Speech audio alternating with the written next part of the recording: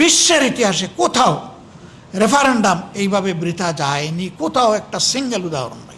এত বড় এজেন্ডাগুলো আসছে একটা একটা করে, যেখানে আমাদের নোট অফ ডিসেন্ট প্রথমে আমাদেরকে সময় দেওয়া হলো 2 মিনিট, আমার অনুরোধে বাড়িয়ে বাড়িয়ে করা হলো প্রথম জনকে 6 মিনিট। তারপরে আমি দাঁড়ালাম, আমি বললাম যে যদি ডিবেট হতে হয়, পার্লামেন্টারিয়ান ডিবেট, 2 মিনিটে কোনো ডিবেট হয় না, 2 মিনিটে কমেন্ট পাস করা যায়।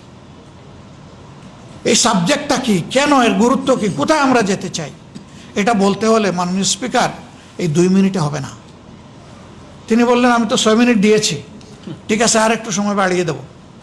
আমি বললাম আপনি পর্যাপ্ত সময় আমাদেরকেও দেন, ওনাদেরকেও দেন, আমাদের কোনো আপত্তি নেই। তখন তিনি বাড়িয়ে এটা 10 মিনিট করলেন। একজনকে শুধু 15 মিনিট সময় দেওয়া হয়েছে, বাকিদের জন্য 10 মিনিট। আর ট্রেজারি বেঞ্চ থেকে যারা দাঁড়িয়েছেন তারা এক কিংবা একাধিক ব্যক্তি আনলিমিটেড টাইম কথা বলেছেন, এগুলো আপনারা দেখেছেন মিডিয়ার মাধ্যমে। আমাদের সমস্যা হলো আমাদের যুক্তিগুলো যখন তুলে ধরার পরে ওনারা শেষ বক্তব্য রাখে, তখন ওনারা ভুল তথ্য উপাত্ত যখন দেয়, সেইটার প্রতিবাদ করার জায়গাটা আমাদের থাকে না। আরেকটা সংকট আমাদের জন্য। তবে হ্যাঁ, আমরা বুঝি এই দেশের জনগণ সতর্ক। কারো বাপ হারিয়েছে, কারো ছেলে হারিয়েছে, কারো বাবা হারিয়েছে, কারো ভাই হারিয়েছে। তারা দেখছে কে কি করছেন আর কে কি বলছেন। জনগণের সামনে সব পরিষ্কার।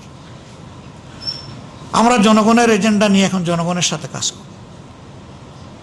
সংসদেও আমরা যখনই সুযোগ পাব আমরা ন্যায্য কথাগুলো জনগণের বলতেই থাকব।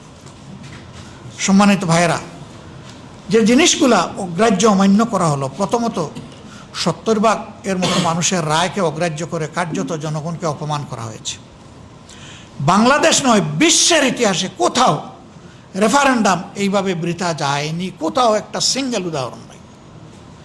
বাংলাদেশের 4টা রেফারেন্ডাম, এটা চতুর্থ। প্রথমটাও বিএনপির হাতে, প্রথমটাও সংবিধানে ছিল না।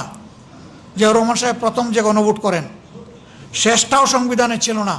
ওইটা যদি জায়েজ হয় তাইলে এটা না জায়েজ হবে কেন? হ্যাঁ, এটা মনের মতো হয় না, এই জন্য এটা না জায়েজ। এখন আবার এটা ফ্যাক্টাম ভ্যালিড। সম্মানিত দেশবাসী, এরপরে আপনারা দেখলেন যে গুরুত্বপূর্ণ কতগুলো সংস্কার যেগুলো অধ্যাদেশ আকারে এসেছিল, তার মধ্যে ছিল দুদককে রিশাফল করে দুদকের অ্যাপয়েন্টমেন্টটা পলিটিক্যাল ইনফ্লুয়েন্স থেকে বাইরে নিয়ে এসে উপযুক্ত দক্ষ নিরপেক্ষ লোককে সেখানে বসানো। দিলেন ওনারা আটকে, এটা তুললেনই না। এরপরে মানবাধিকার, এখানে একটু হালকা পাতলা আলোচনা করে এটাকে জোর করে পাশ করে নিয়ে গেলেন। পুলিশ সংস্কার কমিশন, আপনারা জানেন পুলিশে অনেক সংস্কার প্রয়োজন। স্বয়ং পুলিশ ও পুলিশের হাতে বিভিন্নভাবে বিভিন্ন ক্ষেত্রে তারা বৈষম্যের শিকার। এই সবগুলা জিনিস ছিল সেখানে, এইটা নিষেধ। গুম কমিশন, গুম প্রতিরোধ, আলোচনায় আসা হলো না। আরে এই গুমের শিকার লোকেরাই তো সংসদে এখন সদস্য হয়ে এসেছে। কেউ 8.5 বছর আর কেউ 4 মাস, এরকম লোকেরা এখানে আছে। আবার গুমের শিকার পরিবারের সদস্যরা এখানে নির্বাচিত হয়ে এসেছে। আশ্চর্য ব্যাপার। জোর করে এটাও ফেলে দেওয়া হলো, এটাও হবে না। তার মানে কি আবার গুম হবে? তার মানে কি আবার নতুন করে আয়নাঘর গড়ে তোলা হবে? সেই বার্তাই তো দিচ্ছে এখন এই বিষয়গুলো। এরপরে ব্যাংক সংস্কার, এর জন্য ব্যাংক রেজুলেশন।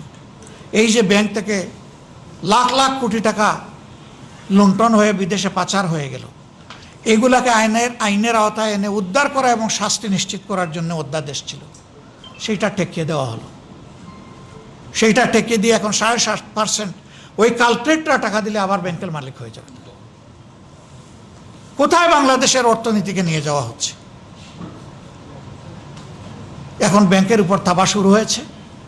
বাংলাদেশ ব্যাংকের গভর্নরের পদটা, এটা তো কোনো হেলাফেলার জিনিস না। ইনি কোনো সাধারণ মানুষ না, তিনি সেন্ট্রাল ব্যাংকের কাস্টোডিয়ান, অভিভাবক। তিনি ওখানে গিয়ে অপদস্থ হলেন।